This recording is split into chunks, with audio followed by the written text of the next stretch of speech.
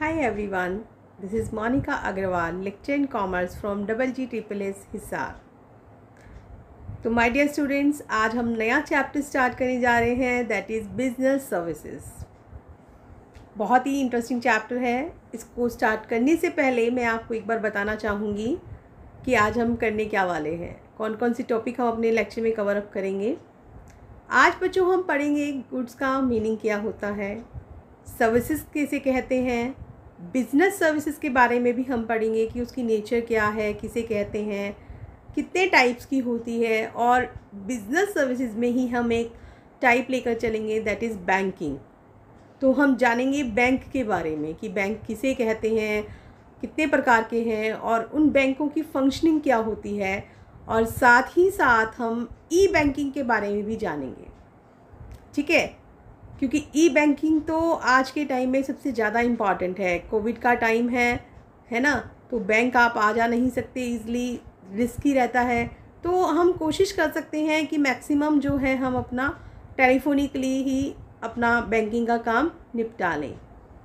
तो चलिए स्टार्ट करते हैं। हम आगे चलने से पहले बच्चों मैं आपको एक चीज़ बताना चाहूँगी कि जो सर्विसेज होती हैं या कुछ ऐसी ट्रांजैक्शंस होती हैं जो अपनी आप लाइफ में देखते रहते हो, बिजनेस एक्टिविटीज़ के बारे में आप बहुत देखते हो, कुछ आपने अपनी ज़िंदगी में एक्सपीरियंस भी की होगी। अब मैं आपको कुछ फ़ोटोग्राफ्स दिखा रही हूँ, उन फोटोग्राफ्स को आप देखिए और उसमें समझिए साथ साथ। देखिए, जैसे यहाँ पे कुछ बिजनेस एक्टिविटीज़ हैं, लाइक यहाँ पे पहली पिक्चर में जो है वो बर्गर परचेज़ करने के लिए एक पर्सन जा रहा है कि आप मार्केट से बर्गर परचेज़ करते हैं। साथ ही जो दूसरी पिक्चर है उसमें दिखाया गया है कि एक पर्सन बर्गर खा रहा है। तो यहाँ पे दो अलग अलग एक्टिविटीज़ है कि वो रेस्टोरेंट में बैठ के बर्गर खा रहा है, वो वहाँ पे बर्गर परचेज़ कर रहा है। दोनों ही बिजनेस एक्टिविटीज़ हैं, है ना, क्योंकि वो बेच रहा था तो उसने ख़रीदा, वो वहाँ पे रेस्टोरेंट में खिला रहा है तो वो खा रहा है। तो ये उनका क्या है, बिजनेस है। इसी तरह से अगली देखिए, यहाँ पे एक पर्सन जो है वो वीडियो कैसेट या सीडी परचेज़ कर रहा है, जबकि दूसरी तरफ कि अगर आपने वहाँ से वीडियो कैसेट परचेज़ किया, सीडी परचेज़ की कि आप घर बैठ के आराम से मूवी देख लोगे। दूसरी तरफ क्या है कि आप सिनेमा हॉल में टिकट परचेज़ करके और फिर आप मूवी देख रहे हैं। तो देखना तो यहाँ पे दोनों ही मूवीज़ का है, लेकिन इन दोनों कामों में भी क्या है, थोड़ा सा डिफरेंस है, जिसके बारे में अभी हम बात करेंगे।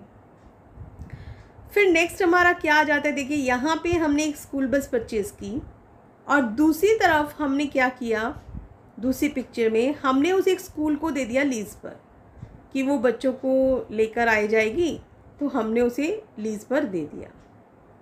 अब तीनों ही चीज़ों में क्या फ़र्क है, पहला था कि वो बर्गर परचेज़ कर रहा है फिर बर्गर खा रहा है, दूसरे में क्या था, हमारा सीडी परचेज़ कर रहा है, दूसरे में वो मूवी सिनेमा हॉल में देख रहा है ना।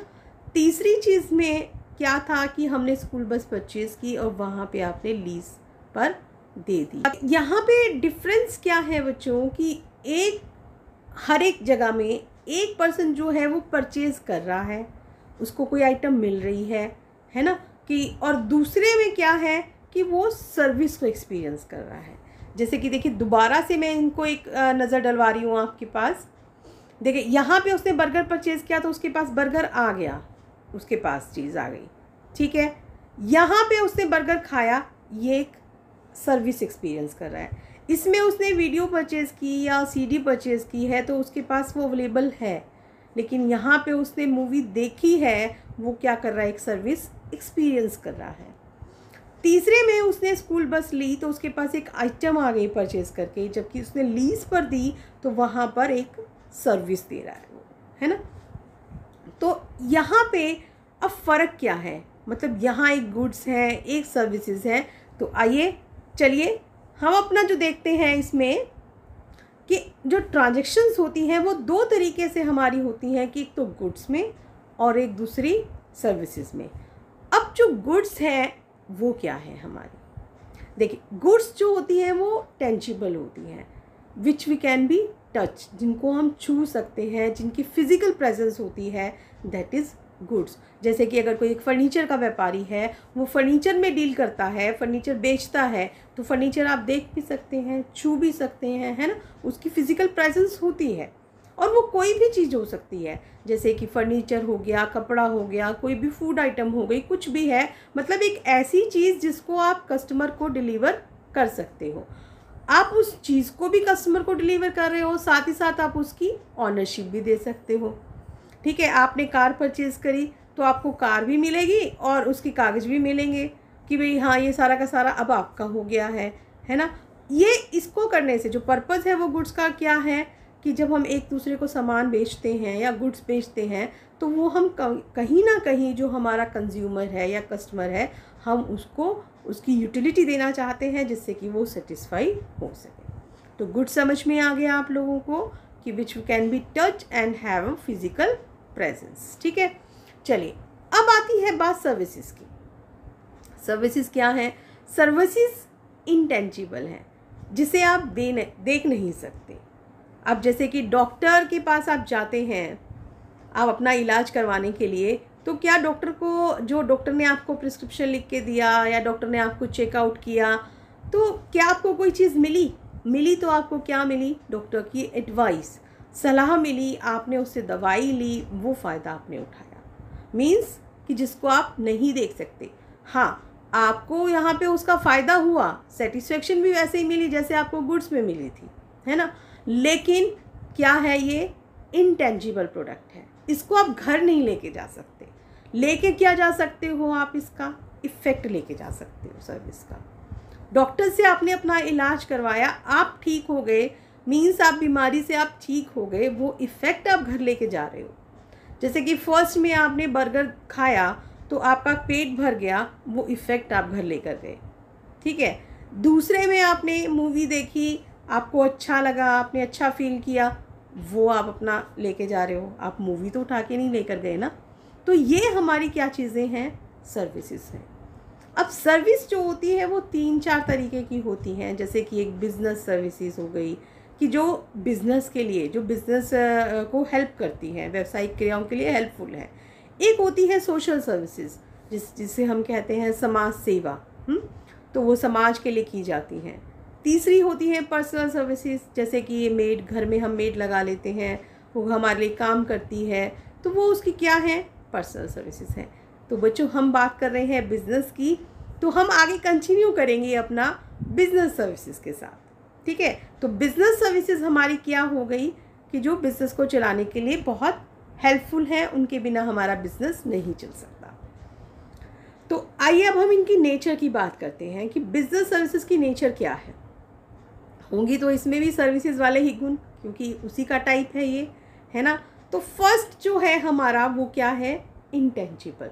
इंटेंजिबल मीन्स को which can not be touch and not seen, ना तो हम देख सकते हैं और ना ही हम छू सकते हैं, सिर्फ और सिर्फ हम फील कर सकते हैं। अब जैसे देखिए, आपने बैंक में रुपया जमा करवाया, तो बैंक आप देख सक रहे हो, लेकिन जो बैंक ने आपको फैसिलिटी प्रोवाइड की कि वो आपका रुपया रख रहा है या वो आपको आपके खाते से आपको रुपया निकाल के दे रहा है, तो उसको आप सिर्फ फील कर सकते हो, है ना, देख नहीं सकते, छू नहीं सकते। तो बिजनेस सर्विसेज हमारी क्या है? इंटेंजिबल है। हेट्रोजेनिटी, ये हर एक के लिए अलग अलग है। अब जैसे गुड्स होती हैं, आप मार्केट में कोई सामान लेने के लिए चले गए, तो वो सबके लिए एक से होंगे, किसी के लिए अलग तो नहीं होंगे ना। लेकिन यहाँ पे क्या है कि ये अलग अलग होंगी सभी के लिए। अब जैसे आप किसी के साथ बात करते हैं, कोई आपके साथ अच्छे से कर रहा है, अब एक पर्सन है, आप बैंक में जा रहे हैं, मैनेजर आपके साथ अच्छे से बात करता है कस्टमर्स के साथ, तो उसका अपना अलग उसके साथ टर्म्स हैं। किसी के साथ वो रूडली बात करता है, अच्छे से बात नहीं करता है, तो उसके साथ अलग टर्म है। तो मीन्स अब देने वाला जो बैंक है सर्विस, वो दोनों को ही कस्टमर को सेम देगा, लेकिन नहीं, सर्विस है तो यहाँ पे ये क्या है? होमोजीनियस नहीं है, ये क्या है? हेट्रोजेनिटी है, अलग अलग है। नॉन ट्रांसफरेबिलिटी, आप इसको ट्रांसफ़र नहीं कर सकते। अब डॉक्टर से आपने प्रिस्क्रिप्शन लिया तो आप इसको कोई किसी और को दे दोगे क्या? नहीं, आप बीमार थे तो आपकी राय है ना, आपके लिए राय दी है डॉक्टर ने, तो वो आपके ऊपर ही अप्लाई होगी, आप इसको नहीं ट्रांसफ़र कर सकते। हाँ, गुड्स आप किसी एक दूसरे को दे सकते हो, लेकिन सर्विस आप एक दूसरे को नहीं ट्रांसफ़र कर सकते, क्योंकि ये आपके पास है ही नहीं कि जिसको आप टच करके और आपने ये सामान है कि भाई पकड़ा दिया। साइमल्टेनिटी, ये क्या चीज़ें हैं कि इनका जब आपको सर्विस दी गई है और कंजम्पशन एक टाइम पे होना है। अब आपने सामान ख़रीदा तो आपने मान लीजिए कि आप ब्रेड लेकर आए, तो आपने उसे ब्रेड रख लिया, फिर बाद में आपने उसको कब जब आपकी इच्छा हुई आप उसे कंज्यूम कर सकते हो। लेकिन नहीं, सर्विस तो आपको लगे हाथ ही, मतलब जब आपको मिली है तभी आपको कंज्यूम करनी पड़ेगी। कि अब देखिए कि अब जैसे कि मान लीजिए कि क्या है कि अब डॉक्टर ने आपको चेकअप कर दिया या डॉक्टर ने आपका ऑपरेशन करना है, तो अब जब तक आप नहीं होंगे तो वो आपका ऑपरेशन कैसे करेगा? नहीं कर सकता ना। मीन्स डॉक्टर ने जो अपना सर्विस देनी है और आपने डोज लेनी है, तो दोनों काम एक साथ होंगे। फिर आता है कस्टमर पार्टिसिपेशन। अब जैसे कि जब आप सर्विस लेते हैं तो इसमें कस्टमर का पार्टिसिपेशन भी बहुत ज़रूरी है। कैसे कि जैसे आप घूमने जाना चाहते हैं, अब आपने ट्रैवलिंग कंपनी के पास अपना बुक करवा दिया कि भाई हम आपकी, जैसे ट्रैवलर बसेस होती है ना कि आप आइए और हम आपको इतनी जगह घुमा कर लेकर आएंगे। अब आपने बुकिंग करा दी, तो ट्रैवलर बस आपको कब लेकर जाएगी? आप कब सर्विस ले सकते हैं? जब तक आप उस बस में बैठोगे नहीं तो वो बस क्या आपको घुमा लेगी? सोचने से तो नहीं घुमाएगी। तो मीन्स कि आपको वहाँ पे पार्टिसिपेट करना होगा। And the last is non stocking. आप इसको स्टॉक नहीं कर सकते। गुड्स को आप स्टॉक कर सकते हो, है ना, उनको आप बाद में यूज़ कर सकते हो कि आपने माल बना लिया, फर्नीचर बना लिया, फर्नीचर जब नहीं बिका कोई बात नहीं, महीने में, 2 महीने में, 6 महीने में बिक ही जाएगा, लेकिन सर्विस को नहीं कर सकते आप। अब आपने डॉक्टर से सलाह लेके रख ली, 6 महीने बाद आपकी कैसी तबीयत है कैसी नहीं है, तो आप उसको तब यूटिलाइज़ नहीं कर सकते। तो जब आपने ली है आपको वो तभी के तभी जो है वो कंज्यूम करनी पड़ती है। ठीक है, तो ये क्या थी हमारी नेचर ऑफ बिजनेस सर्विसेज। चलिए अगला आता है हमारा types of business services.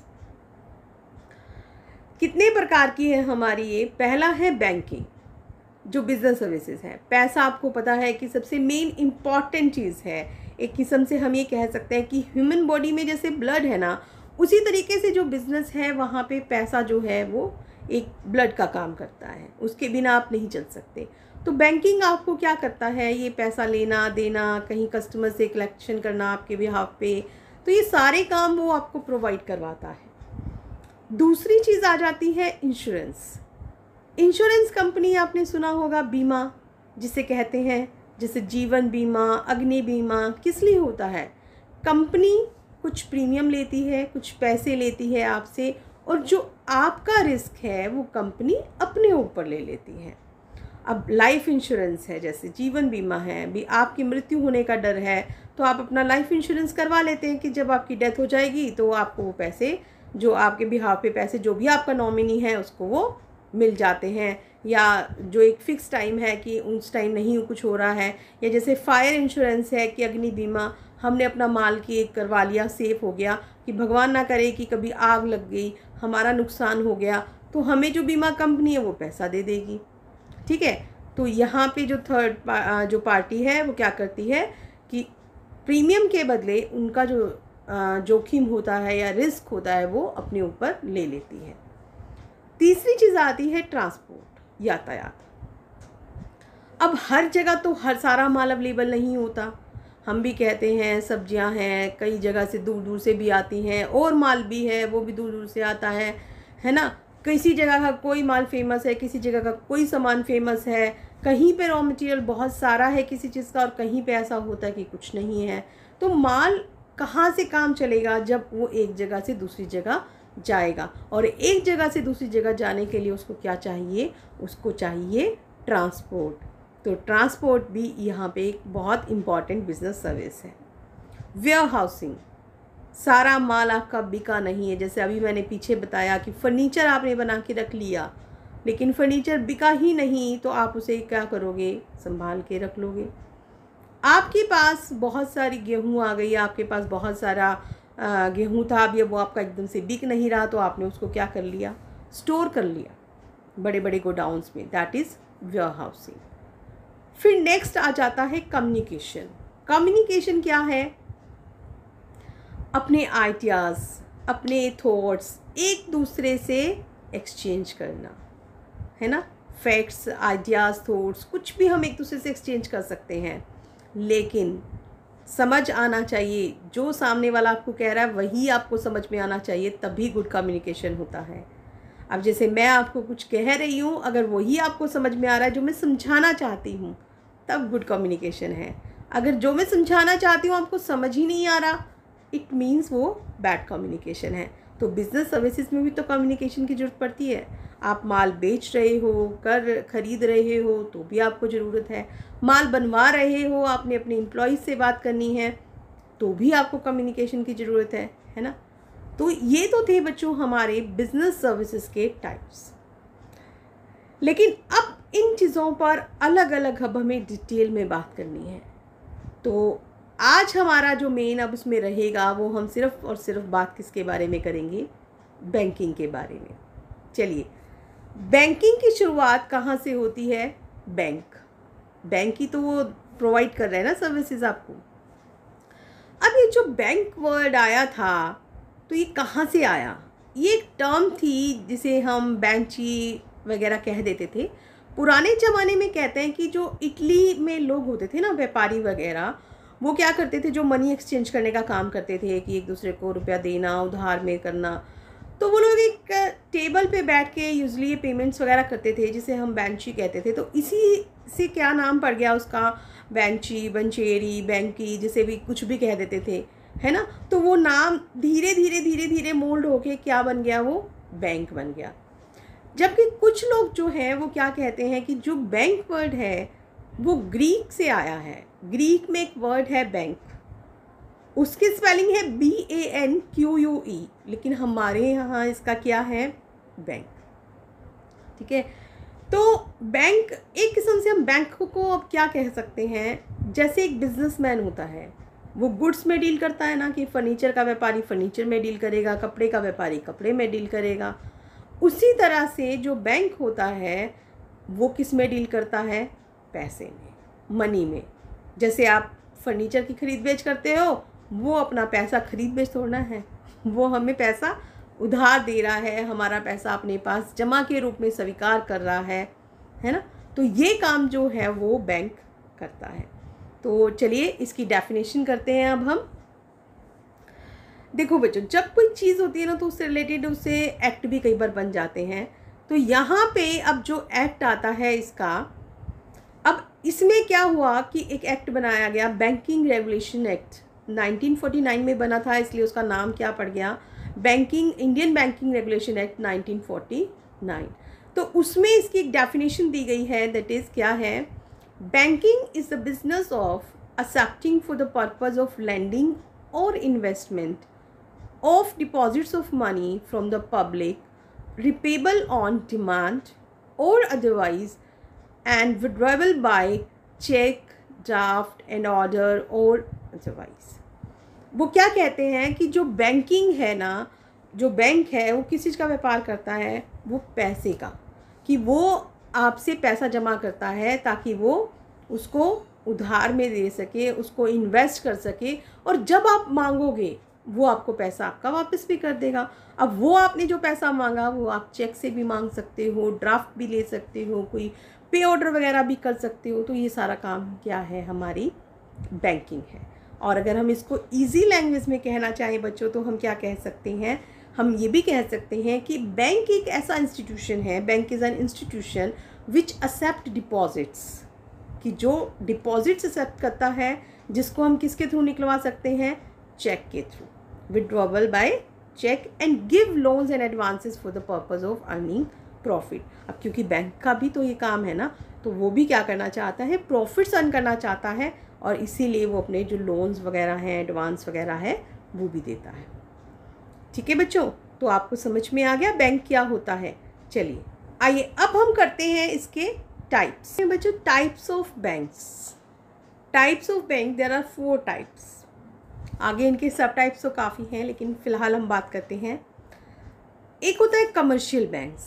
Commercial bank जिन्हें हम हिंदी में कहते हैं वाणिज्यिक बैंक। ये क्या काम करते हैं, ये करते हैं कि जो हमने पैसा लेना देना है वो सारा का सारा ये करते हैं। 2 तरीके के होते हैं, पब्लिक सेक्टर और private sector. Public sector bank होते हैं बच्चों कि जिन पे सरकार का है अधिकार, जैसे कि ये SBI वगैरह है ना, ये बैंक जो है हमारे क्या हैं, सरकारी बैंक है, पब्लिक सेक्टर बैंक जिनको हम कह सकते हैं। दूसरे होते हैं प्राइवेट सेक्टर बैंक, जिन पर निजी लोगों का, प्राइवेट लोगों का इस पर ऑनरशिप होती है, जैसे कि HDFC बैंक है, ICICI बैंक है, ये सारे के सारे क्या हैं, कमर्शियल बैंक है। मतलब कमर्शियल बैंक की मेन फीचर क्या है कि ये आपका जो पैसा है वो डिपॉजिट भी कर रहे हैं, आपको कोई लोन वगैरह भी दे रहे हैं, है ना, सारे काम ये चीज़ों के करते हैं। और इसमें फिर आता है नेक्स्ट कोऑपरेटिव बैंक। जो कमर्शियल बैंक हैं बच्चों, वो बनते हैं बैंकिंग रेगुलेशन एक्ट 1949 के according, Indian banking regulation act, जिसके अकॉर्डिंग अभी हमने अपनी डेफिनेशन भी की थी। लेकिन जो कोऑपरेटिव बैंक है वो स्टेट कोऑपरेटिव सोसाइटीज़ एक्ट की तरफ से बनते हैं। आपको ध्यान होगा, अगर आपने कोऑपरेटिव सोसाइटीज़ किया था, उसमें क्या था, कोऑपरेटिव सोसाइटीज़ के अंडर उनका रजिस्ट्रेशन होना था। कुछ लोग अपनी कोऑपरेटिव सोसाइटीज़ बना लेते हैं, किस लिए बनाते हैं, ताकि वो अपने मेंबर्स को सस्ती दरों पे और अच्छा माल दिलवा सकें। तो कोऑपरेटिव बैंक का भी एक यही मकसद है कि जो उसके मेंबर्स हैं वो उनको सही सस्ते रेटों में, सस्ती दरों पे जो है वो ऋण उपलब्ध करवा सके। ठीक है। तीसरी टाइप अब कौन सी आ जाती है, स्पेशलाइज्ड बैंक। स्पेशलाइज्ड बैंक में बहुत सारे हैं, जैसे एक्सपोर्ट इंपोर्ट बैंक हो गया, इंडस्ट्रियल बैंक हो गए, कोई फॉरेन वाले एक्सचेंज वाले बैंक हो गए। तो मतलब अलग अलग, ये स्पेशली नीड के अकॉर्डिंग है, जैसी आपकी स्पेशल नीड है उसके अकॉर्डिंग जो ये बैंक हैं वो बनाए जाते हैं। फिर आता है सेंट्रल बैंक, जिससे हम एक किस्म से हम ये कह सकते हैं कि एपेक्स बैंक भी कह सकते हैं, जो सारे के सारे जो बैंकिंग है उनकी जो जितनी भी क्रियाएं हैं, एक्टिविटीज़ हैं, उनको रेगुलेट करता है, सारा कंट्रोल करता है।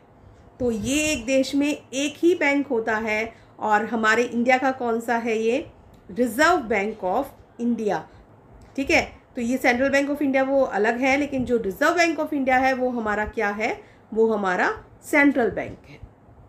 ठीक है। तो चलिए आइए अब हम चलते हैं हमारे कमर्शियल बैंक की तरफ, कि कमर्शियल बैंक जो मेन है उसके फंक्शंस को अब हम डिस्कस करेंगे। सबसे पहला काम हमारा इसमें क्या होता है, डिपॉजिट्स एक्सेप्ट करते हैं ये लोग। डिपॉजिट एक्सेप्ट करते हैं, उसके लिए आप अलग अलग टाइप के अकाउंट्स खुलवा सकते हैं इसमें, जैसे कि करंट अकाउंट एक नॉर्मल अकाउंट है, आप जब चाहे उसमें पैसा जमा करा दें, जब चाहे आप पैसा निकलवा लें उसमें से, आपको कोई परमिशन की ज़रूरत नहीं है। जो बैंक की टाइम है आप उसमें आराम से कर सकते हैं, जितना पैसा आपका जमा है उसके अकॉर्डिंग आप उसको कभी भी अपना निकलवा सकते हैं। फिर आते हैं सेविंग अकाउंट, सेविंग पर्पज़ के लिए बनाए जाते हैं। ठीक है। इसमें क्या होता है कि अगर आपका पैसा जमा है तो इसमें कुछ थोड़ी सी रेट्स पर वो आपको ब्याज भी देता है बैंक, तो आपको ये सेविंग को प्रमोट करता है। तीसरा आता है fixed deposit account. Fixed deposit account कौन सा होता है, जिसे आप बोलते हैं ना FD करा रखी है, ये वही है। फिक्स्ड डिपॉजिट होता है कि एक टाइम पीरियड के लिए, एक सर्टेन टाइम पीरियड होता है। तो अगर आपको मान लीजिए कि साल, 2 साल, 5 साल, जितने के लिए आपने अपनी FD करा रखी है, अगर आप उस टाइम से पहले उसको निकलवाना चाहते हैं तो आपको क्या करना पड़ेगा, परमिशन लेनी पड़ती है। जैसे करंट अकाउंट, सेविंग अकाउंट में ऐसा कुछ नहीं था, लेकिन फिक्स्ड डिपॉजिट में आपको लेनी पड़ती है।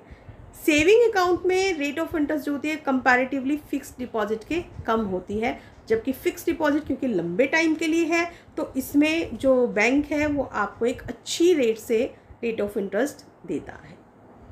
अब आप कई बार सुनते होंगे MOD है हमारा अकाउंट, तो अब वो MOD क्या चीज़ है, मल्टीपल ऑप्शन डिपॉजिट अकाउंट।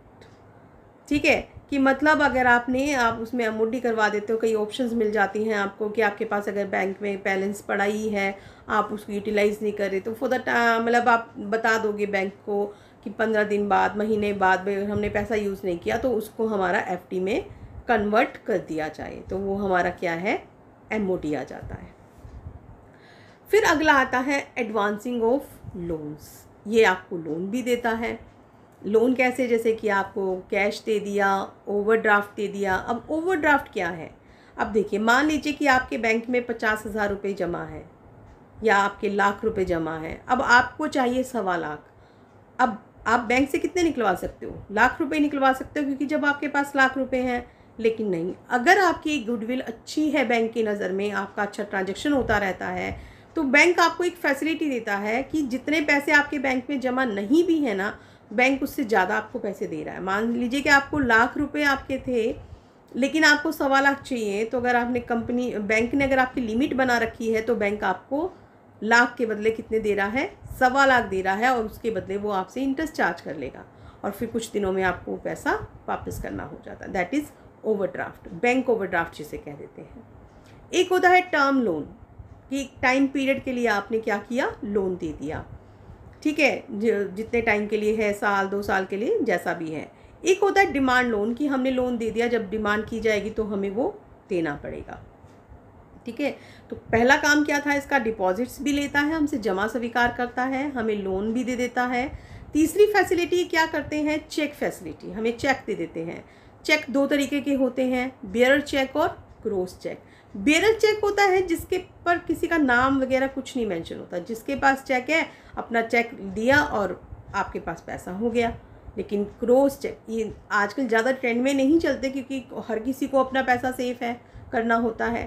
लेकिन क्रॉस चेक में क्या होता है कि उस पर पूरा पर्टिकुलर नाम लिखा होगा, क्रॉस 2 लाइनें आपको कॉलम जो होता है लेफ्ट हैंड साइड में 2 लाइनें जो होती हैं टॉप कॉर्नर पे लगाई जाती हैं, ताकि जिसका वो है वो सिर्फ वही पर्सन उसको निकलवा सकता है और कोई नहीं निकलवा सकता उसको।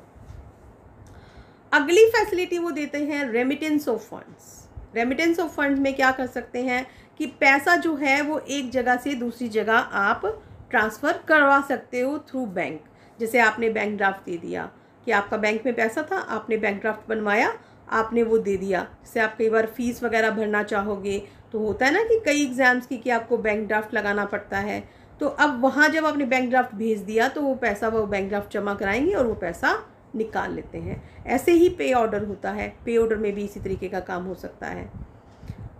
The last is allied services. ऐसा नहीं कि बस ये इतनी ही सर्विसेज देता है, सर्विसेज तो बहुत सारी हैं, लेकिन क्योंकि इतना हम यहाँ डिस्कस नहीं कर सकते हैं तो सिर्फ थोड़ा सा मैं मेन आप लोगों को बता रही हूँ कि अलाइड सर्विसेज जैसे सहायक और चीज़ें भी देता है। जैसे आप बैंक में अपना लॉकर खोल सकते हैं, लॉकर में अपना आप सामान रख सकते हो, तो उसका भी फ़ायदा हो जाता है ना, तो उसके लिए आपसे थोड़ा सा वो चार्ज करता है, लेकिन वो आपको फैसिलिटी भी देता है।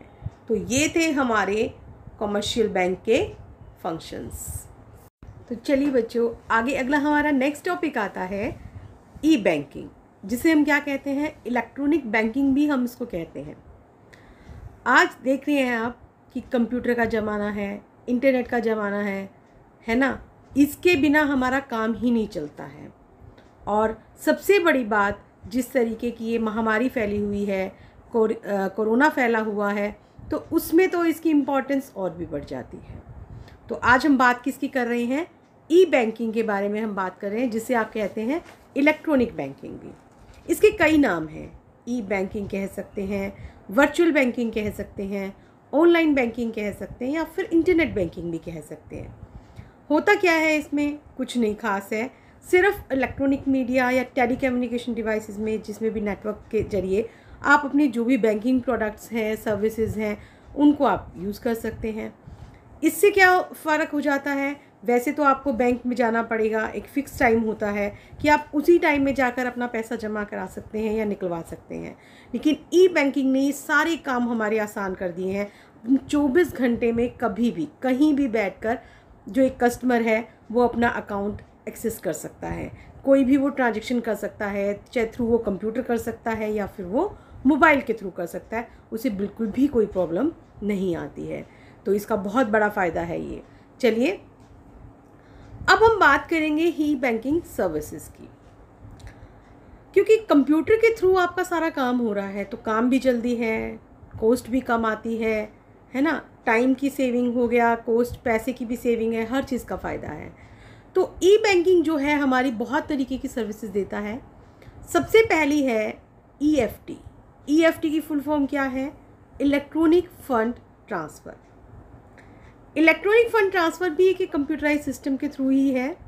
इसमें भी पैसा आप क्या कर सकते हैं, इलेक्ट्रॉनिक डिवाइस से एक खाते से आप दूसरे खाते में जमा करवा सकते हैं।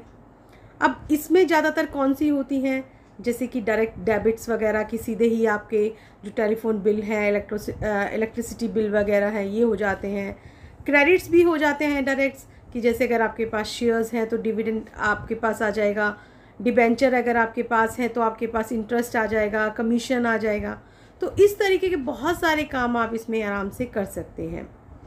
और सबसे मेन फ़ायदा यही होता है इन चीज़ों का, ई बैंकिंग का, इलेक्ट्रॉनिक फ़ंड ट्रांसफ़र का, कि 24 घंटे में आप कभी भी कहीं से भी बैठे हुए कर सकते हैं। ठीक है, तो उससे क्या है कि बैंक को भी फ़ायदा है और कस्टमर को भी फ़ायदा है। अगली जो हमारी आती है service, that is ATM. ATM तो नाम सबने बहुत सुना है और आप यूज़ भी बखूबी करते होंगे, लेकिन इसकी फुल फॉर्म अक्सर बच्चों को नहीं पता है। तो फुल फॉर्म इसकी क्या है? Automated teller machine. ये भी कई बार 1 नंबर के क्वेश्चन में आ जाता है, तो बच्चों ये आपको पता होना चाहिए कि एटीएम की फुल फॉर्म क्या है? Automated teller machine. क्या है? एक इलेक्ट्रॉनिकल टर्मिनल है जो लोगों को अलाउ करता है कि आप इसमें 24 घंटे में कहीं से भी कभी भी पैसा निकलवा सकते हैं और डिपॉजिट भी करवा सकते हैं। आपको कोई ह्यूमन टेलर की भी ज़रूरत नहीं होती है, सिंपल आराम से आप बैंकिंग ट्रांजैक्शन कर सकते हैं। तो यहाँ पे इसकी डेफिनेशन भी दी गई है एक, कि it refers to an electronic terminal that allows people with plastic card. आपके पास क्या तो कार्ड होगा जैसे कि डेबिट कार्ड वगैरह, आप उसको भी यूज़ कर सकते हैं। आपके पास कोई पिन वगैरह है तो आप उसको भी यूज़ कर सकते हैं to perform simple banking transactions 24 hours a day without the help of a human teller. वहाँ पे आपको किसी की ज़रूरत नहीं है हेल्प की। तो अब इसकी सहायता से क्या हो गया है कि जो एक इंसान जो काम करता था, बहुत टाइम लेता था, उसको ये मशीन जो है बहुत कम टाइम में कर देती है। एक किस्म से 1/4 टाइम ये जो लेती है उसके बदले में। तो ये भी हमारे को फ़ायदा हो गया कि हम कभी भी किसी भी टाइम पैसा निकलवा सकते हैं। चलिए नेक्स्ट आता है डेबिट कार्ड। डेबिट कार्ड हमारा क्या है? It refers to a plastic card. ये एक प्लास्टिक का कार्ड होता है that cross the bank to take money from the customer's account and transfer it to a seller's account. इसमें क्या करते हैं कि जो बैंक है इसमें वो कस्टमर के अकाउंट से पैसा ले लेता है और सेलर के पास भेज देता है। इसकी सहायता से जैसे कि आप ऑनलाइन शॉपिंग कर सकते हैं, कभी भी कहीं पे भी आप कर सकते हैं।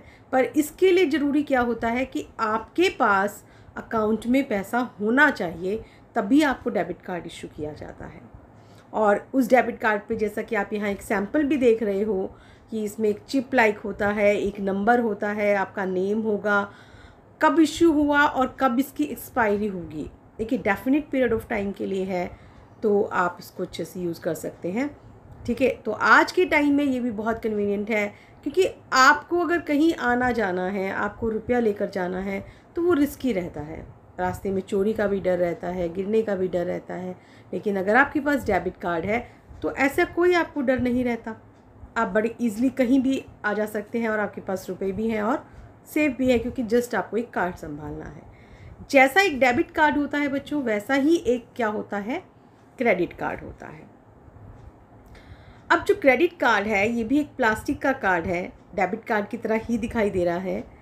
And it refers to plastic card that allows the customer to buy now and pay back the loaned amount to bank at a future date. उसमें क्या था? डेबिट कार्ड में पैसा ऑलरेडी आपके अकाउंट में था तो आपको डेबिट कार्ड इशू किया गया था, लेकिन क्रेडिट कार्ड में ऐसा नहीं है। एक किस्म से लोन दे रहा है, आपके पास पैसा नहीं है। जिसे बैंक ओवरड्राफ्ट की सिचुएशन आ जाती है ना, कि आपके खाते में पैसा नहीं होता लेकिन बैंक आपको फैसिलिटी दे देता है just because of your goodwill, कि आपकी गुडविल अगर अच्छी है तो वो आपको दे देता है कि आपके खाते में पैसा ना होते हुए भी आप वहाँ से ज़्यादा इशू करा सकते हैं, बैंक से पैसा ले सकते हैं। सेम लाइक ऐसे ही ऐसा होता है इसमें भी, क्रेडिट कार्ड में भी ऐसा ही है कि अब आपने पैसा खर्च कर लिया और आपको इन फ्यूचर जो है वो बैंक को वापस देना होता है। तो ये क्या है? हमारा क्रेडिट कार्ड। और इसमें भी एक चिप लगी है, इसका भी एक नंबर होता है, किस डेट को इशू हो और किस डेट तक के लिए वैलिड है, ये सारा का सारा होता है। जो कार्ड होल्डर है उसका नाम भी इसमें स्पेशल मेंशन होता है। फिर आती है टैली बैंकिंग। टैली बैंकिंग भी ऐसा ही है कि आप टेलीफोन पे अपना बैलेंस पता कर सकते हैं आप फ़ोन करके, और फ़ोन करके ही जो आप अपनी ट्रांजैक्शन है वो भी कर सकते हैं। चलिए, और लास्ट इनमें सर्विसेज में हम जो करने वाले हैं वो क्या हैं? NEFT and RTGS. नेफ्ट क्या है? नेफ्ट की फुल फॉर्म होती है बच्चों नेशनल इलेक्ट्रॉनिक फंड ट्रांसफ़र। जैसा इलेक्ट्रॉनिक फ़ंड ट्रांसफ़र था, ये क्या है, नेशनल इलेक्ट्रॉनिक फ़ंड ट्रांसफ़र। और दूसरा है हमारे पास आरटीजीएस।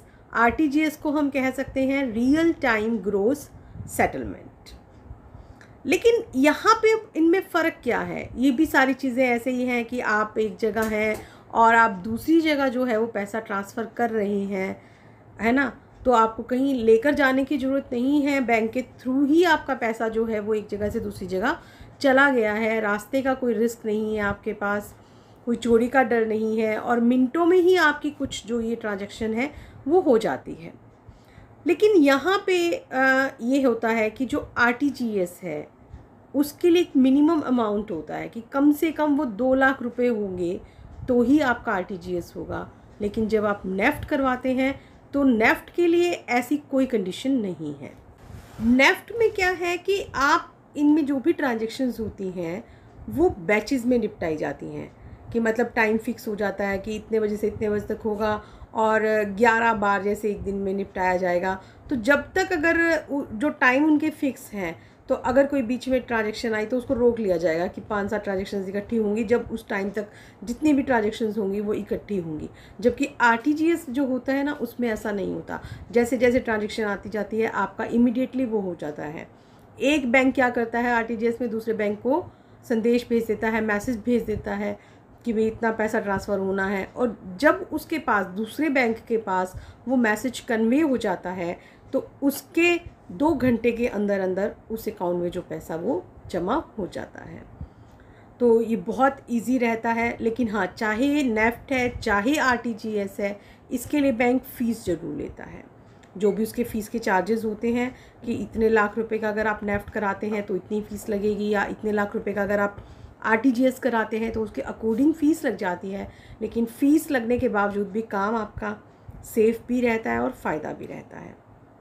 तो देखा बच्चों आपने कि जो ई बैंकिंग है उससे हम घर बैठे ही कितना सारा काम कर सकते हैं, ईज़िली कर सकते हैं, कॉस्ट हमारी कम लगती है, टाइम हमारा सेव हो जाता है और रास्ते का भी डर नहीं रहता।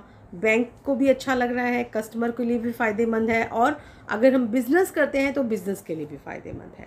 आज के दिन हम हर कोई चाहता है कि हम थोड़े से टाइम में बहुत सारा काम कर लें, तो उन चीज़ों को देखते हुए अगर हम ई बैंकिंग कहें तो ये बहुत अच्छा है। तो बच्चों, आई होप कि आज के सेशन में आपको ये सारा क्लियर हो गया होगा कि बिज़नेस सर्विसेज में बैंकिंग की क्या इम्पोर्टेंस है, क्या इसके फ़ायदे हैं और किसे आप कहते हैं, क्या क्या चीज़ें इसमें शामिल होती हैं। तो आज के लिए इतना ही, दैट्स ऑल।